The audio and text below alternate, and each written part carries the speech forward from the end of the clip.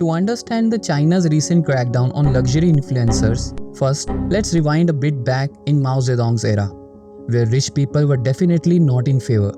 Mao Zedong की policies focus करती थी redistributing of wealth and targeting the wealthy elites. Mao Zedong wealthy class के totally against थे, but things took 180-degree turn when his successor Deng Xiaoping comes to power. Deng introduce करते हैं market oriented reforms और agree करते हैं that it's okay for people to get rich.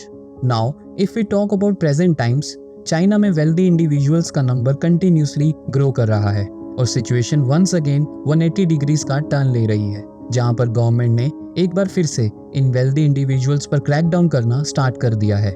Chinese government के main target पर हैं Chinese social media influencers. यह influencers continuously अपनी वेल्थ और अपने लग्जरी गुड्स को सोशल मीडिया पर फ्लॉन्ट कर रहे हैं अपने मिलियंस ऑफ फॉलोअर्स के सामने. और इसी को देखते हुए चाइनास इंटरनेट रेगुलेटर्स ने hundreds of social media accounts को सस्पेंड कर दिया है. इन सोशल मीडिया इन्फ्लुएंसर्स में सबसे फेमस है वोंग होंगशेंग, जिन्हें चाइना का किम कार्दाशियन भी कहा जाता है. Wong used to wear clothes and jewellery worth 12 crore all the time.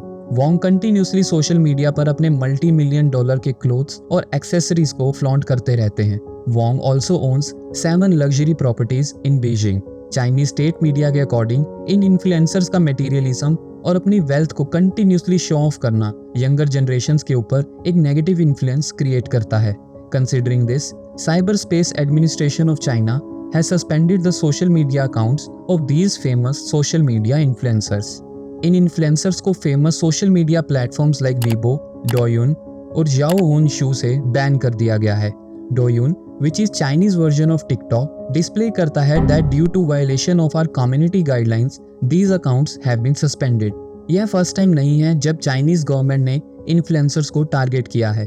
Back in 2021, Xi Jinping common prosperity campaign launch करते हैं, जिसका एम था to control the ultra rich and reduce the inequality in the society.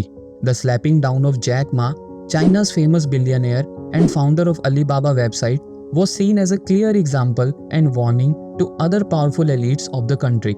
But none of this is stopping people from getting rich in China.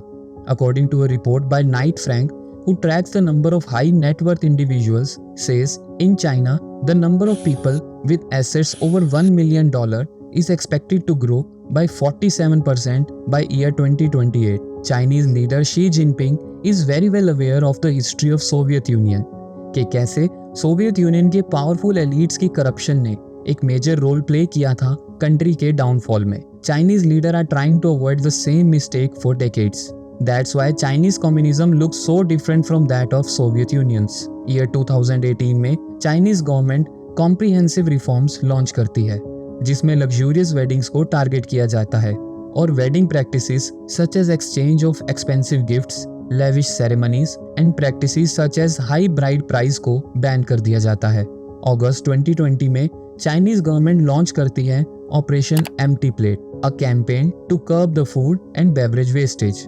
यह campaign encourage करता है lifestyle of being careful with money and avoiding unnecessary spendings.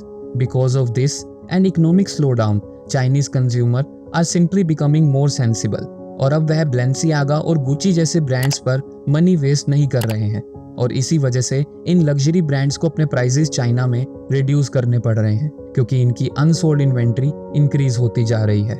But still some luxury brands like Louis Vuitton, Tissot, Prada are continuously opening their new stores in China. So what do you think of this shift in China's policy? Do let us know in comment sections.